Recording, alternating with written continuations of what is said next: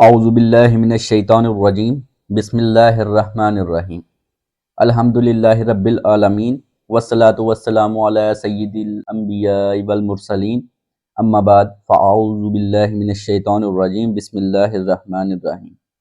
अस्सलामु अलैकुम स्टूडेंट्स, मेरा नाम है तैयब और आप देख रहे हैं अल अकेडमी ऑफिशियल। स्टूडेंट, आज का जो हमारा टॉपिक है वो है ट्रांसजेनिक ऑर्गेनिजम्स।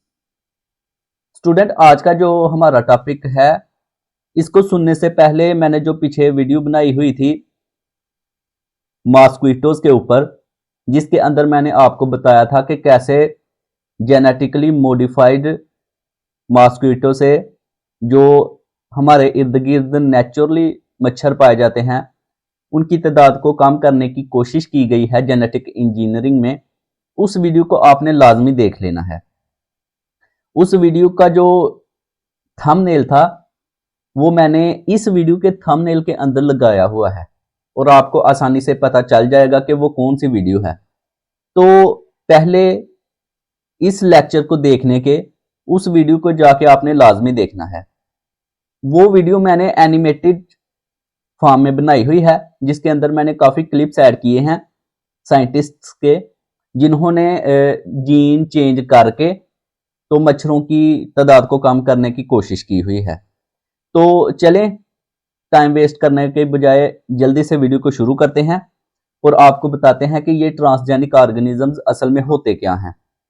तो स्टूडेंट, सबसे पहले मैं इसका ओवरव्यू आपको दे देता हूं, इसका मेन आइडिया दे देता हूं कि जो आज हम ट्रांसजेनिक ऑर्गेनिजम्स वाला टॉपिक पढ़ने जा रहे हैं उसके अंदर है क्या असल में।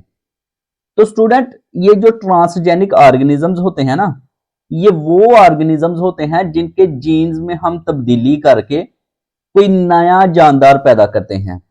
और ये जो ट्रांसजेनिक ऑर्गेनिजम्स हैं इनके पैदा करने की असल वजह ये होती है कि इसके जरिए हम जो जीन्स होते हैं उनके फंक्शंस को इजीली डिटेक्ट कर पाते हैं कि वो कोई स्पेसिफिक जो जीन हमने चेंज किया है उसके अंदर उसका काम क्या है।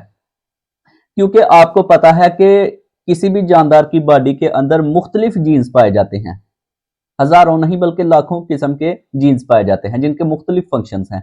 मिसाल के तौर पर हमारी आईज का कलर है, जाहिर सी बात है अगर किसी की आई का कलर ब्लैक है तो उसके अंदर ब्लैक कलर वाला जीन मौजूद होगा जिसने उसकी आई को ब्लैक कलर दिया हुआ है।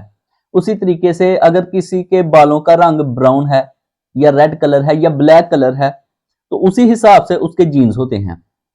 ठीक है, तो जेनेटिकली हम जब किसी भी जानदार की बॉडी के अंदर जीन को ट्रांसफर करते हैं अपना रिक्वायर्ड या अपनी ख्वाहिशात के मुताबिक, तो उसका मकसद ये होता है कि पहले जीन का पता लगाया जाए कि ये जीन किस लिए काम करता है, कि हम इसको अगर चेंज कर दें तो हमें क्या फायदा मिलेगा। क्योंकि मुख्तलिफ किस्म की जेनेटिकली डिजीज भी होती हैं जिनको हमने ट्रीट करना होता है, तो वो मेडिसिन के जरिए या इंजेक्शंस के जरिए ट्रीट नहीं हो सकती।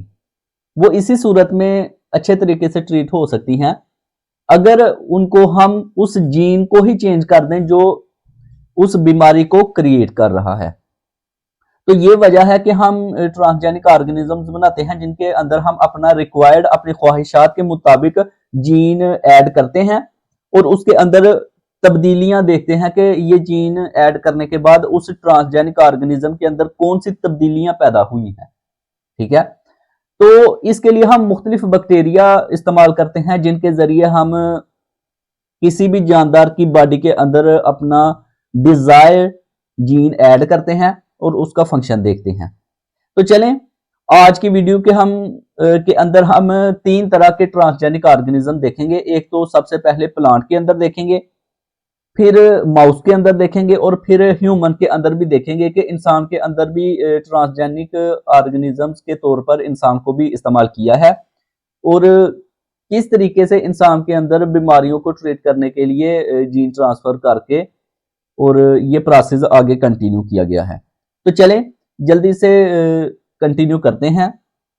तो स्टूडेंट, ये जो ट्रांसजेनिक ऑर्गेनिज्म है ना, ये इधर लिखा भी हुआ है कि organisms that have a foreign gene inserted into them are called transgenic organisms. मतलब ये ऐसे ऑर्गेनिज्म होते हैं जिनके अंदर हम फॉरेन जीन इंसर्ट करते हैं। फॉरेन जीन का मतलब होता है अपनी मर्जी से बाहर से कोई जीन ऐड करना। The term transgenic organism and genetically modified organism are generally synonymous.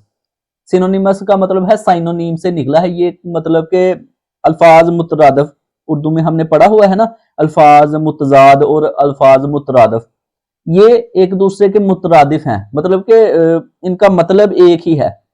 Trans gene मतलब जीन को ट्रांस करना, चेंज करना, उसके अंदर तब्दीली रूनुमा करना।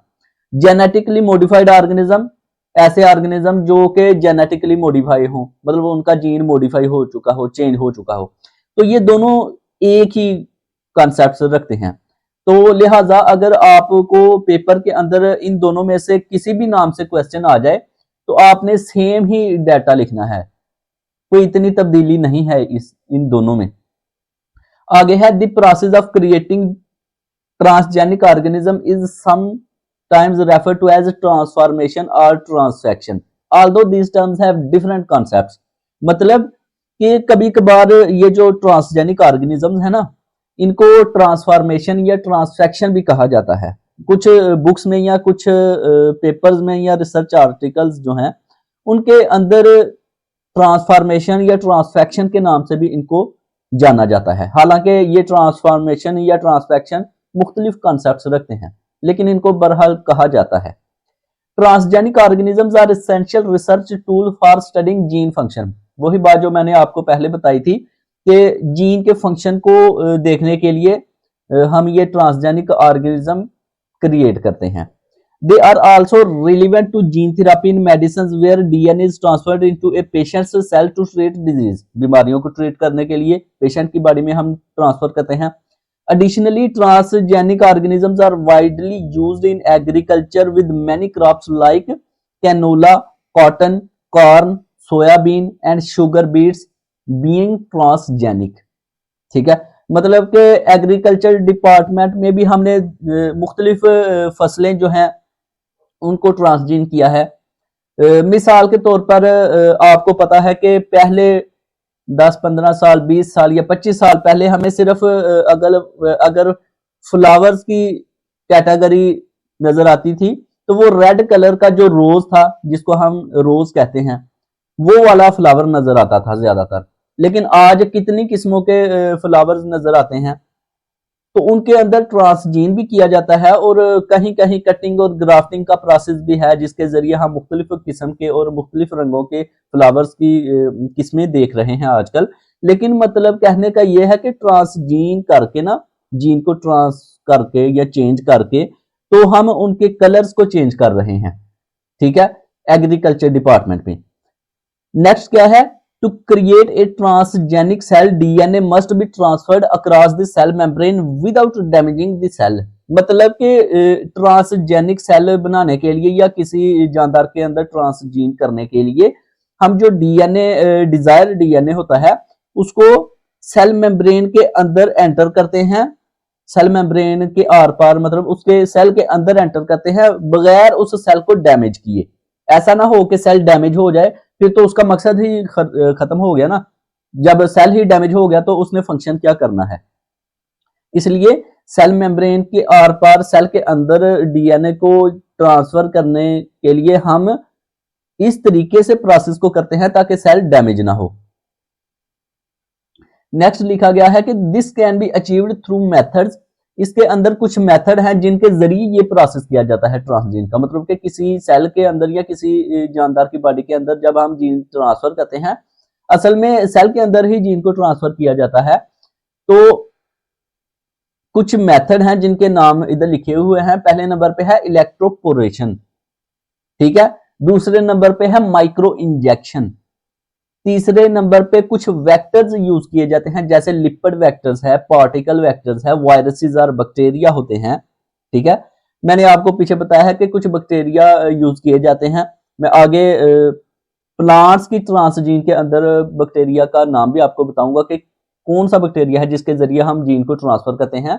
लेकिन अभी आगे पढ़ते हैं। To produce stable transgenic organism the transformed cell must be a gamete or develop into tissue that produce gametes.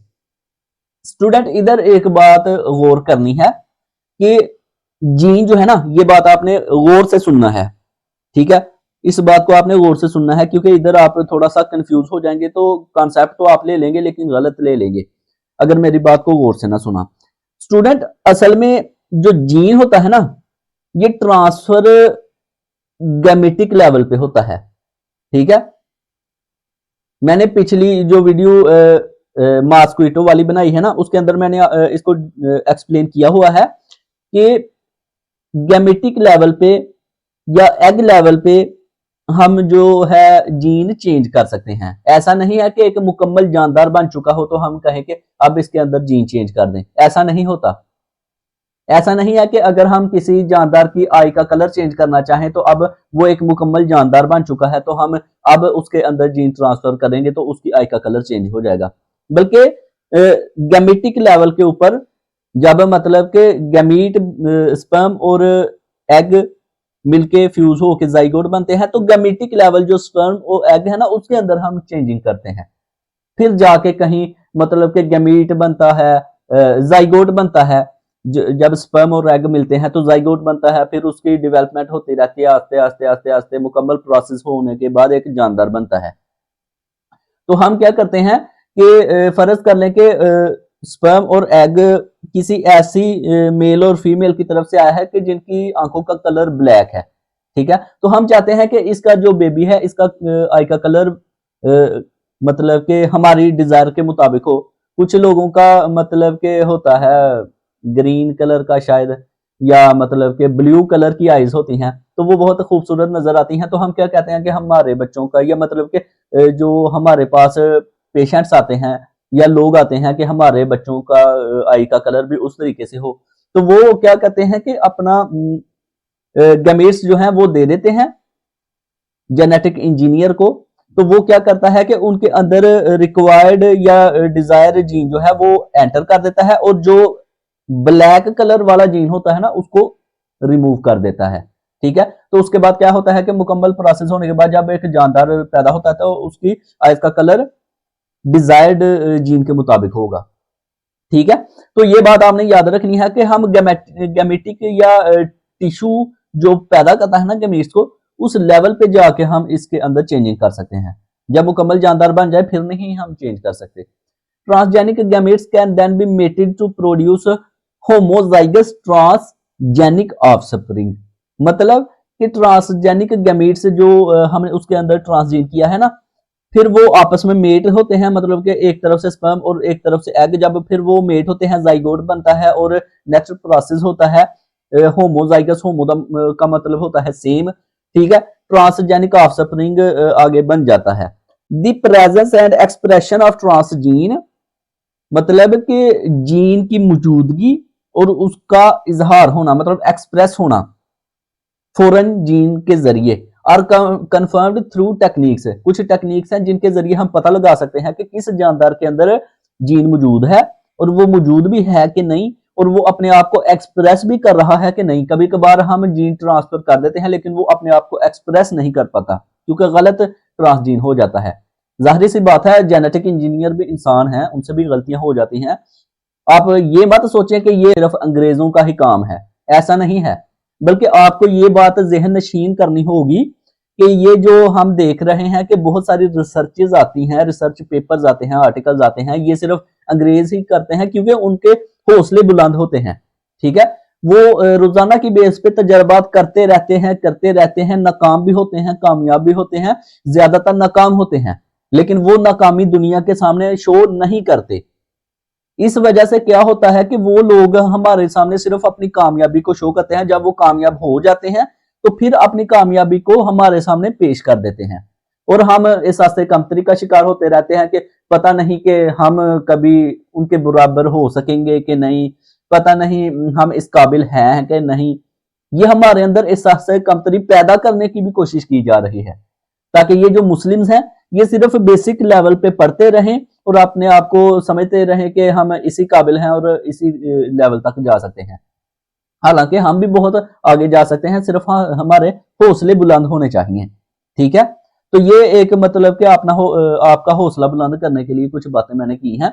लेकिन अभी नेक्स्ट प्रोसेस को भी पढ़ते हैं ताकि आपको पता चले कि जीन को कैसे किया जाता है, चेंज किया जाता है।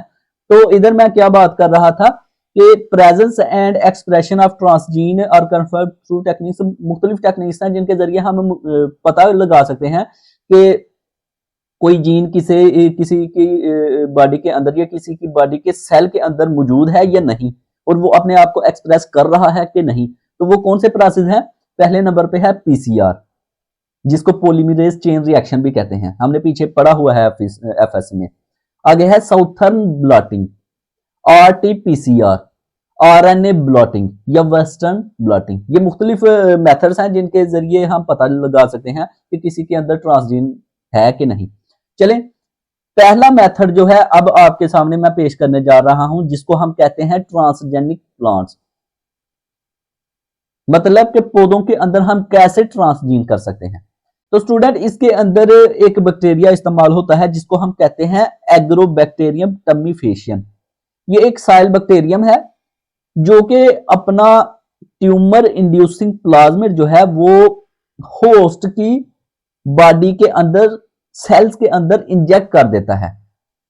ठीक है, ये बैक्टीरिया जो है ये ट्यूमर इंड्यूसिंग प्लाज्मिड को प्लांट के सेल्स के अंदर इंजेक्ट कर देता है। तो मॉलिक्यूलर बायोलॉजिस्ट या जिसको हम जेनेटिक इंजीनियर्स भी कह सकते हैं, वो क्या करते हैं कि ये जो ट्यूमर इंड्यूसिंग प्लाज्मिड है ना, इसके अंदर से ट्यूमर इंड्यूसिंग जीन को रिमूव कर देते हैं। ऐसा जीन जो ट्यूमर क्रिएट कर सकता है सेल के अंदर, उसको रिमूव कर देते हैं और अपनी डिजायर्ड जीन, जिसको हम टीडीएनए या ट्रांसफर डीएनए भी कहते हैं, उसको एंटर कर देते हैं इसके सेल के अंदर। ठीक है ना। तो स्टूडेंट, जब वो कर लेते हैं ना, तो उसके बाद एक ट्रांसजेनिक प्लांट क्रिएट हो जाता है। लेकिन अब इसका होल प्रोसेस सादा जुबान में मैं आपके सामने पेश करूंगा ताकि आपको पता चले कि किस तरीके से हम इस प्रोसेस को करते हैं। तो स्टूडेंट, सबसे पहले इसका ओवरव्यू मैं दे दूं, क्योंकि आगे चल के इसका मुकम्मल प्रोसेस आपके सामने मैं पढ़ूंगा, तो पहले आपको इसका मेन आइडिया पता होना चाहिए। तो स्टूडेंट, हम क्या करते हैं कि जो ये मतलब कि टीडीएनए है ना, ट्रांसफर डीएनए, जो कि हमने डिजायर्ड बनाया है और इसको हमने उसके सेल के अंदर एंटर करना है। सबसे पहले हमने इसको प्रिपेयर करना है। ठीक है, तैयार करना है। उसके ऐसा नहीं है कि ये पहले से प्रिपेयर होता है, बल्कि हमने ये खुद तैयार करना होता है। ठीक है, फिर इसको उसकी बॉडी के अंदर इंजेक्ट करना होता है, प्लांट की बॉडी के अंदर, सेल्स के अंदर इसको इंजेक्ट करना होता है। लेकिन वो किस तरीके से करना होता है अब आपको पता चलेगा। तो चलें पढ़ते हैं। मेकिंग द चेंज, सबसे पहले हमने चेंज करना है, लेकिन उससे पहले जो चेंज करना है, जिस चीज को इसके अंदर एंटर करना है, उसको हमने सबसे पहले प्रिपेयर करना है। First we prepare a special part of bacterium called a TDNA, transfer DNA. It is like a tiny package that can carry out desired change in the plants. ठीक है। Next, getting inside, we dip the plant flowers into a liquid containing agrobacterium। हम क्या करते हैं कि जो plant के flowers होते हैं ना, उसको लिक्विड के अंदर इंजेक्ट मतलब के डिप करते हैं, डुबोते हैं, और वो लिक्विड वो वाला होता है जिसके अंदर एग्रोबैक्टीरियम पाया जाता है। हमने पीछे पढ़ा ना कि एग्रोबैक्टीरियम क्या करता है, साइल बैक्टीरियम है ये प्लांट की बॉडी के अंदर, सेल्स के अंदर अपना ट्यूमर इंड्यूसिंग सेल इंजेक्ट करता है।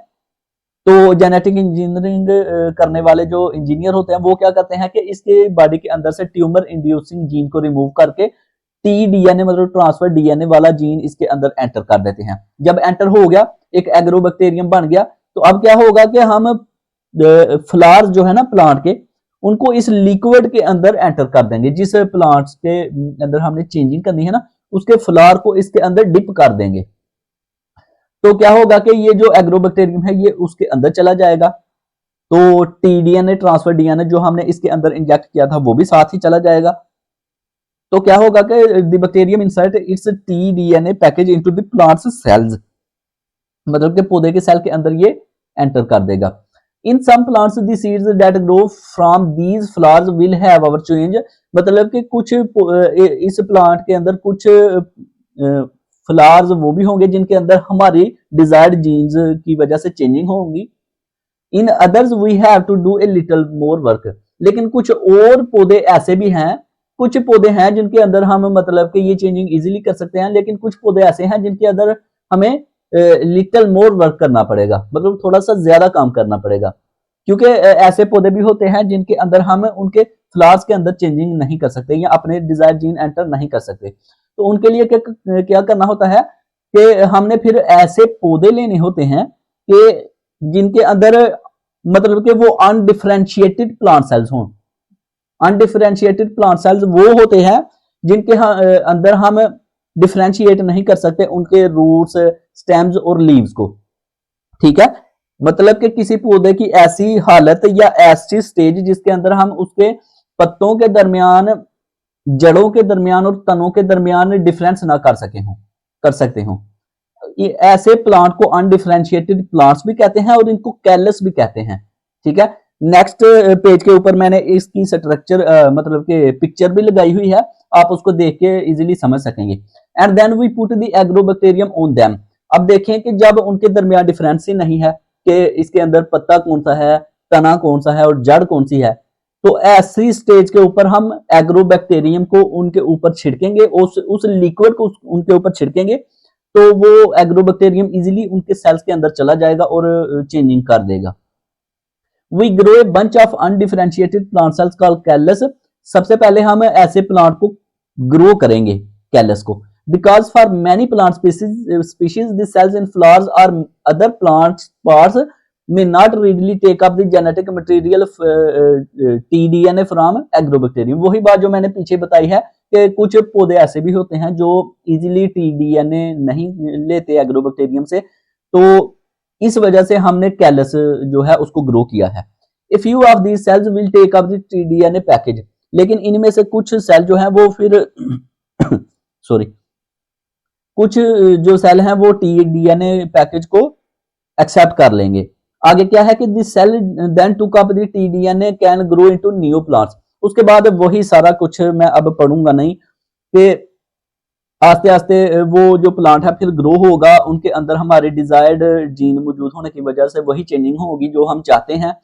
तो नेक्स्ट एक student spotting the special ones के अंदर एक टर्म है special marker like a secret code. ठीक है, इसको भी आप जब पिछली वीडियो मेरी देख लेंगे ना मॉस्क्विटो वाली, तो उसके अंदर मैंने आपको बताया हुआ है कि हमने एक स्पेशल किस्म का जीन एंटर किया हुआ है जो कि उसको कलर देता है रेड कलर। उनके जो मतलब के बच्चे पैदा होंगे या उनकी नस्ल पैदा होगी ना, या मतलब कि उन मॉस्क्विटोज के अंदर जिनके अंदर हमने चेंजिंग की है, जीन ट्रांसफर किया है डिजायर, उनके अंदर हम एक फ्लोरिसेंट जीन ऐड करते हैं जिसके जरिए वो रेड कलर में शो किया गया है उस वीडियो के अंदर कि वो शो करेगा कि इसके अंदर हमारा जीन मौजूद है। तो इधर स्पेशल मार्कर लिखा है जिसको लाइक सीक्रेट कोड है कि इसके जरिए हम पता लगा सकेंगे कि किस पौधे के अंदर हमारे जीन मौजूद हैं। ठीक है, अब नेक्स्ट चलते हैं। तो स्टूडेंट ये अनडिफरेंशिएटेड प्लांट सेल्स की इमेज है जिसको हम कैलस भी कहते हैं। ये गौर से देख लें कि ये किस तरीके से नजर आता है। अब देखें कि इनके अंदर ना आपको पता चल रहा है कि पत्ते कहाँ हैं, ना आपको इनके जड़ों का पता है, ना तनों का पता लग रहा है। तो ये एक कैलस है, अनडिफरेंशिएटेड प्लांट सेल्स, मतलब ये सेल्स के गुच्छे ही हैं। जाहिर सी बात है कोई भी जिंदा जानदार है वो सेल से मिलकर बना है। जब सेल आपस में मिलते हैं टिश्यू बनता है, टिश्यू मिलता है ऑर्गन बनता है, ऑर्गन इकट्ठे मिलते हैं तो एक ऑर्गन सिस्टम बनता है जैसे हमारी बॉडी के अंदर है। तो ये सेल्स का गुच्छे हैं जिनको हम अनडिफरेंशिएटेड प्लांट सेल्स या कैलस कहते हैं। अब स्टूडेंट प्रोड्यूसिंग ए ट्रांसजेनिक माउस। अब जो चूहा है उसके अंदर देखते हैं कि कैसे चेंजिंग की गई है जेनेटिक इंजीनियर्स की तरफ से। तो stem cells are taken from mouse embryo. अब स्टूडेंट इधर याद रखना है स्टेम सेल्स लिए जाते हैं मच्छर के सॉरी जो माउस है उसकी एम्ब्रियो से। स्टेम सेल्स क्या होते हैं स्टूडेंट याद रखना है, इसकी डीप मतलब के डिटेल में मैं नहीं जाऊंगा लेकिन मेन मैं आपको बता देता हूं। स्टेम सेल्स ऐसे सेल होते हैं जिनके अंदर ये खासियत होती है कि ये किसी भी दूसरे सेल के अंदर अपने आप को चेंज कर लेते हैं। मिसाल के तौर पर हमारी बॉडी के अंदर, हमारे लिवर के अंदर सेल डैमेज हो चुके हैं। मेरी बात को गौर से सुनना है। हमारे बॉडी के अंदर हमारे लिवर के सेल डैमेज हो चुके हैं और ये जो स्टेम सेल्स जिनकी हम बात कर रहे हैं, ये हमारी बॉडी में किसी और जगह मौजूद हैं, लिवर के पास नहीं मौजूद, किसी और जगह मौजूद हैं। तो ये स्टेम सेल्स क्या करेंगे, अपनी जगह से लिवर की तरफ ट्रांसफर होंगे, अपने आप को लेके जाएंगे और उधर जो सेल डैमेज हो चुके हैं ना लिवर के अंदर, उनके अंदर अपने आप को कन्वर्ट कर लेंगे। ये इनकी खासियत है। तो हम स्टेम सेल्स क्यों ले रहे हैं माउस से, ताकि ऐसी बीमारियां, जाहिर सी बात है सबसे पहले हमने माउस के ऊपर ही करना होता है ना एक्सपेरिमेंट, फिर इंसानों की तरफ आते हैं। तो इंसानों के अंदर कोई ऐसी बीमारी जो कि इजीली ट्रीट ना हो सकती हो, लेकिन स्टेम सेल्स के जरिए हम उसको ट्रीट कर सकते हो, तो हम क्या करेंगे कि अपने डिजायर जीन उनके अंदर इंजेक्ट कर देंगे। और जब वो डिजायर जीन, इसीलिए हम इंजेक्ट करेंगे कि वो उस बीमारी को खत्म कर देंगे, मतलब कि बॉडी के अंदर जो जीन उस बीमारी को क्रिएट कर रहे हैं, उन जीन को रिमूव कर दिया जाएगा और अपने डिजायर जीन उसके स्टेम सेल के अंदर एंटर करके वो स्टेम सेल्स बॉडी के अंदर इंजेक्ट किए जाएंगे। तो वो स्टेम सेल बीमारी को डिटेक्ट करेगा कि किस जगह बीमारी मौजूद है, तो वो उस तरीके तरफ चला जाएगा और वो सारा प्रोसेस हो जाएगा और बीमारी जो है उसकी ट्रीटमेंट हो जाएगी। आगे पढ़ते हैं। A piece of DNA containing desired genetic modification is inserted into these stem cells using a method called electroporation। पीछे मैंने कुछ मेथड बताए थे कि जिनके जरिए इनको इंसर्ट किया जाता है, उनमें से एक इलेक्ट्रोपोरेशन भी था। तो वही बात इधर आ गई है, रिपीट कर दी है उन्होंने। The inserted DNA contains sequence that match the DNA around the target location in the mouse genome। Inserted DNA जो है उनके अंदर एक तरतीब होती है जो मैच करती है DNA around the target location, मतलब कि जिस जो माउस का जीनोम है उसके अंदर जो लोकेशन हमने टारगेट करनी है, उस जगह वो डीएनए जो है वो इंसर्ट हो जाता है, desire DNA. This allows for precise modification of genetic material, के प्रिसाइज चेंजिंग हो सकती है उसके अंदर। तो नेक्स्ट क्या है, the inserted DNA also carries a selectable marker such as neomycin resistance। ये neomycin resistance वही selectable marker होते हैं which allows cells that have successfully incorporated the transgenes to be distinguished from those that have not। मतलब ये फर्क कर देते हैं ऐसे माउस को दूसरे माउस के साथ फर्क करते हैं कि जिनके अंदर हमारे डिजायर जीन होंगे ना, उनके अंदर नियोमाइसिन रेजिस्टेंस पैदा हो जाएगी, लेकिन जिनके अंदर हमारे डिजायर जीन नहीं होंगे उधर नियोमाइसिन रेजिस्टेंस नहीं होगी। These cells can survive in the presence of selective genes like an antibiotic। अब जिनके अंदर नियोमाइसिन रेजिस्टेंस होगी, मतलब जिनके अंदर हम जीन ऐड करेंगे, जाहिर सी बात है नियोमाइसिन रेजिस्टेंस भी हमने ही उसके अंदर नियोमाइसिन ऐड करना है, तो उनके अंदर रेजिस्टेंस पैदा हो जाएगी। तो हम अब अगर कोई एंटीबायोटिक भी उस माउस को दे देंगे ना, तो उसको खतरा नहीं होगा, फिर भी वो एंटीबायोटिक की मौजूदगी में भी सर्वाइव कर पाएगा। ये भी बात आपने पिछली वीडियो को देख ले, मैंने इसीलिए आपको सबसे पहले कहा था कि वो वाली वीडियो आपने इस वीडियो से पहले देख लेनी है, क्योंकि जब वो वीडियो आप गौर से सुन लेंगे तो इस वीडियो की इजीली समझ चल जाएगी। The modified stem cells are then injected into early stage mouse। मतलब कि अब जो स्टेम सेल मॉडिफाइड किया है, जाहिर सी बात है हमने स्टेम सेल के अंदर ही जीन ट्रांसफर किया था ना, डिजायर जीन, तो वो मॉडिफाइड स्टेम सेल्स हो गया। और then injected into early stage mouse embryo. अब जो अर्ली स्टेज है ना माउस के एम्ब्रियो की, उसके अंदर हम उस स्टेम सेल को इंजेक्ट कर देंगे। These embryos are then transferred into a surrogate mother mouse। Student इधर ये एक टर्म आ गई है, बहुत ही अहम टर्म है, अक्सर आपने सुननी है जब आप अपने मतलब कि जो डिग्री कर रहे हैं उसको परस्यू करेंगे, तो आप उससे रिलेटेड काफी वीडियोस सुनेंगे यूट्यूब के ऊपर, या रिसर्च पेपर्स या आर्टिकल्स, और मुख्तलिफ चीजें आप पढ़ेंगे भी और सुनेंगे भी।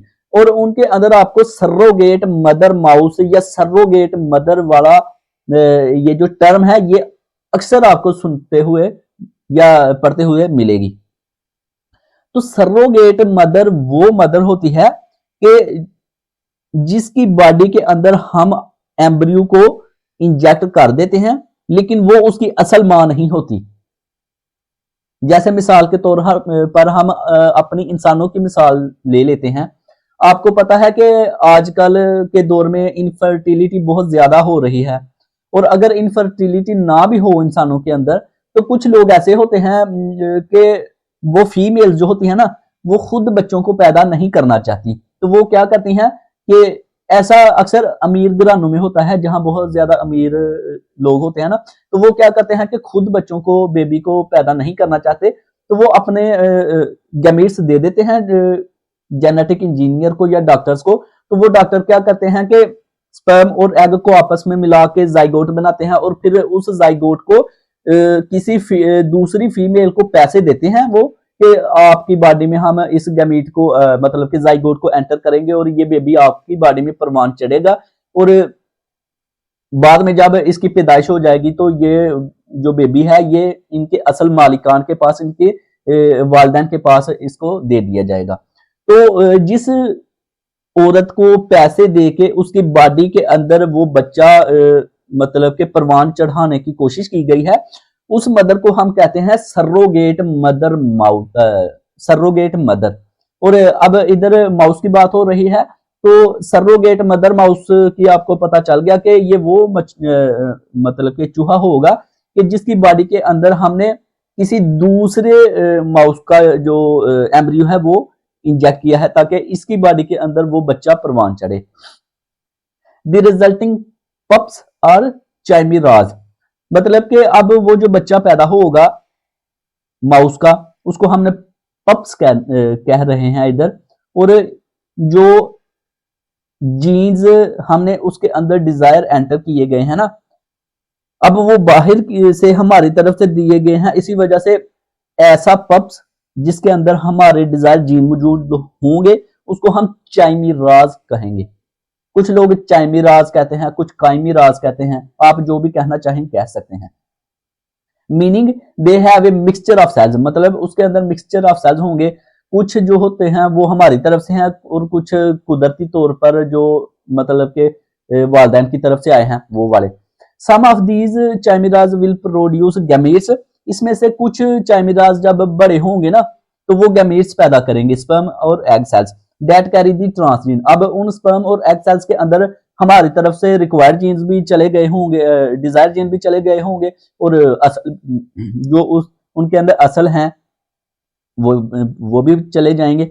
When these transgenic gametes are mated with normal gametes, जब ये ट्रांसजेनिक गैमेट्स जो है नॉर्मल गैमेट्स के साथ मेट करेंगे, दे प्रोड्यूस ऑफस्प्रिंग, ये नस्ल एक ऐसी पैदा करेंगे दैट आर हेमीजाइगस। होमोजाइगस और हेमीजाइगस के दरमियान में, होमोजाइगस, हेटेरोजाइगस और हेमीजाइगस के दरमियान में आपको अभी डिफरेंस पता चल जाएगा। That produce offspring that are hemizygous for the transgene. Hemizygous वो होते हैं जिनके अंदर मुख्तलिफ जीन्स मौजूद हों, मतलब कि बाहर से फॉरेन जीन भी मौजूद हो और असल भी मौजूद हो। Meaning they carry one copy of transgene in all their cells, मतलब कि उनके अंदर एक कॉपी ट्रांसजीन की मौजूद होगी। अब ह्यूमन जीन थेरेपी की तरफ आ जाते हैं।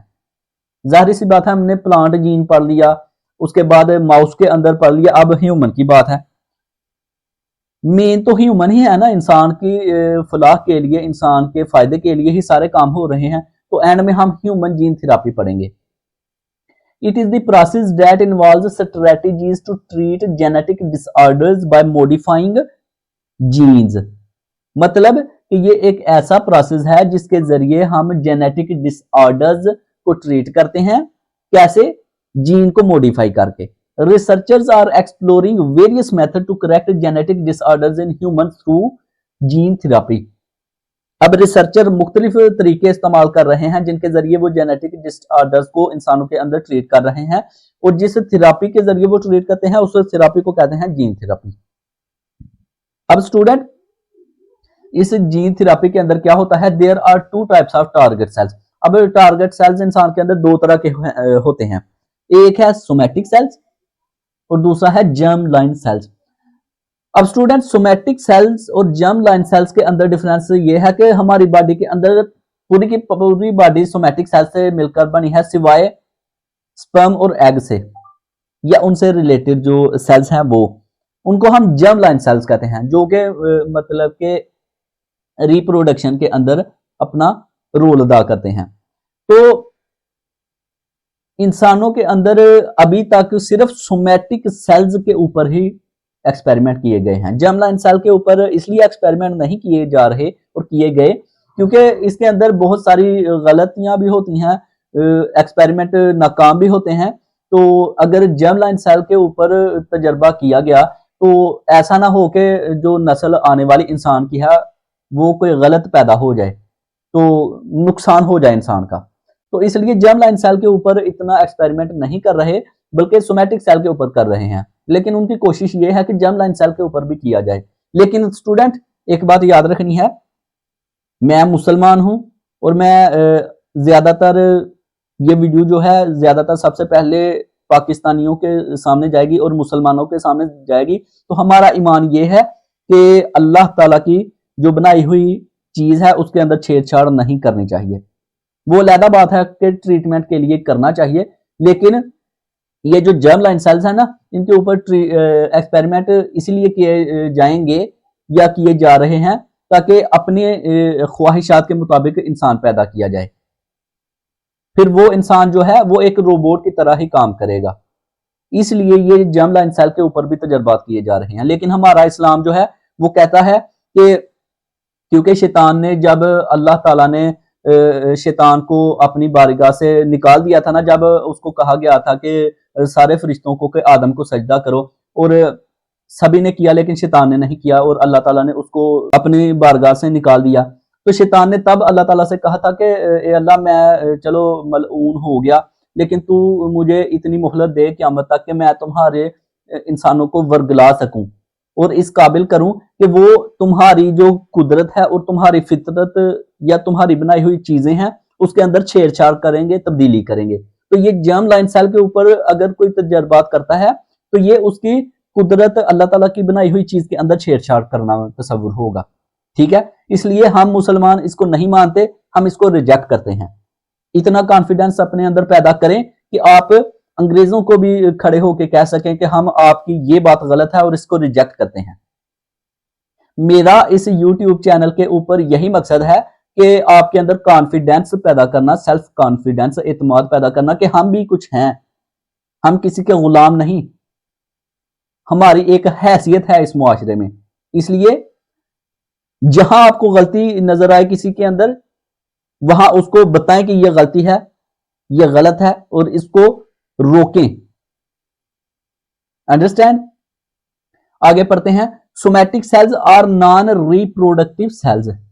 Somatic cell non reproductive cells हैं और germ line sales involve in reproduction, और जर्म लाइन सेल जो है वो रिप्रोडक्शन के अंदर इन्वॉल्व होते हैं। Gene therapy can target either somatic cells such as skin और ब्लड सेल्स और germ line sales such as sperm और egg cells. However, due to ethical concern, ethical मतलब के इखलाकियात की वजह से risks and risk associated with germ line modification, most research focus on somatic cells। जो बात मैंने पहले बताई है वही उन्होंने लिखी है। On the other hand, बल्कि और दूसरी तरफ क्या है, if we talk about location of this process, that either this process will occur inside the body or it will occur outside the body, then we should keep in mind that this process could occur in both inside and outside the body. मतलब कि अगर हम in process के बारे में ये जानना चाहें कि ये बॉडी के अंदर होगा या बॉडी के बाहर, मतलब इंसान की बॉडी के अंदर ये प्रोसेस होगा या बाहर, तो याद रखना है स्टूडेंट, ये दोनों साइड पे हो सकता है, इनसाइड भी और आउटसाइड भी। इनसाइड की बात करें तो वो इन विवो जीन थेरेपी होगी, आउटसाइड की बात करें तो वो एक्स विवो जीन थेरेपी होगी। अब इन विवो जीन थेरेपी और एक्स विवो जीन थेरेपी पढ़ते हुए भी काफी लंबी वीडियो बन जाएगी, तो चलें मैं आपके लिए पढ़ देता हूं ताकि आपके लिए थोड़ी सी आसानी हो जाए। This therapy involve modifying cells within the patients body, patient की बॉडी के अंदर। In this therapy the modification of cells occur directly within the patient. Modification cells के अंदर डायरेक्टली पेशेंट की बॉडी के अंदर ही की जाएगी। This can include integrating therapeutic genes into the host genome और delivering them transiently without integration. Integration involve the stable incorporation of therapeutic gene. Incorporation का मतलब होता है दंसना या किसी को इंजेक्ट करना therapeutic genes into the host genome. Host genome की बॉडी जीनोम के अंदर जो है अपना डिजायर जीन इंजेक्ट करना। Stable integration can carry risks of mutation in transgene और होस्ट जीनोम। जो स्टेबल इंटीग्रेशन है वो रिस्क ऑफ म्यूटेशन भी हो सकती है, मतलब म्यूटेशन कहते हैं जीन के अंदर तब्दीली होना, कोई खराबी पैदा हो जाना। तो स्टेबल इंटीग्रेशन क्या होता है कि रिस्क भी हो सकता है कि म्यूटेशन हो जाए। Alternatively transient transfection delivers therapeutic genes without integrating into the host genome often using RNA delivery method. इसके अंदर असल में बताया गया है कि इंटीग्रेशन जो है वो म्यूटेशन काज कर सकती है, लेकिन अगर ट्रांजिएंट ट्रांसफेक्शन की बात करें तो वो इंटीग्रेशन के बगैर, मतलब कि कोई तब्दीली किए बगैर या कोई म्यूटेशन के बगैर जो है होस्ट जीनोम के अंदर हमारा डिजायर जीन एंटर कर सकता है often using RNA delivery method. X Vivo gene therapy outside the body होता है। रीइंट्रोड्यूसिंग देम इनटू द पेशेंट, मतलब बाहर पहले चेंजिंग की जाती है और फिर उसको पेशेंट की बॉडी के अंदर इंजेक्ट किया जाता है। Cells such as stem cells, जैसे कि स्टेम सेल्स मैंने पीछे बताया कि स्टेम सेल्स के अंदर डिजायर जीन पहले हम इंजेक्ट करेंगे कि जो बीमारी को ट्रीट करेंगे वो बाहर प्रोसेस होगा। अगर एमसीक्यूज आ जाए ना कि स्टेम सेल्स जीन थेरापी के किस प्रोसेस में आता है, इन विवो में या एक्स विवो में, तो आपने कहना है ये एक्स विवो में आता है। Are genetically modified outside the patients body before being रीइंट्रोड्यूस्ड to replace defective sales. Clinical trials for x Vivo therapy are ongoing, मतलब कि इसके ऊपर प्रोसेस चल रहे हैं, specially for blood disorders like immunodeficiency and thalassaemia. Thalassaemia और immuno deficiency, sickle cell anaemia और दूसरी जो बीमारियां हैं ना, उनके ऊपर ट्रायल चल रहा है एक्स विवो जीन थेरापी के थ्रू। अब स्टूडेंट कुछ वेक्टर्स आ गए हैं कि कौन से वेक्टर्स जिनको हम मतलब के व्हीकल्स भी कह सकते हैं, गाड़ियां जो लेके जाएंगे हमारे डिजायर जीन को टारगेट सेल के अंदर। वेक्टर्स ऐसी गाड़ियां होती हैं, गाड़ियां हम कह सकते हैं कि जो हमारे जीन जो है उनको लेके जाएंगी सेल के अंदर। अब वेक्टर्स मुख्तलिफ तरह के हो सकते हैं, डीएनए भी हो सकता है, आरएनए वेक्टर भी हो सकता है, विदाउट काजिंग इम्यून रिस्पॉन्सेज और टॉक्सिसिटी, मतलब कि कोई नुकसान पहुंचाए बगैर ये टारगेट सेल तक अपना डिजायर जीन को लेके जाएंगे। एग्जांपल है example of vector that are used in this process of therapeutic gene delivery are follows. जैसे वायरल वेक्टर्स हो गए, एडिनो वायरस हो गया, लेंटी वायरस हो गया, हर्पस सिंप्लेक्स वायरस हो गया, एडिनो एसोसिएटेड वायरस हो गया। उसके अलावा नॉन वायरल वेक्टर्स भी होते हैं, लिपोसोम्स हो गया, पॉलीमेरिक नैनो पार्टिकल्स हो गया, नेकेड डीएनए या आरएनए हो गया।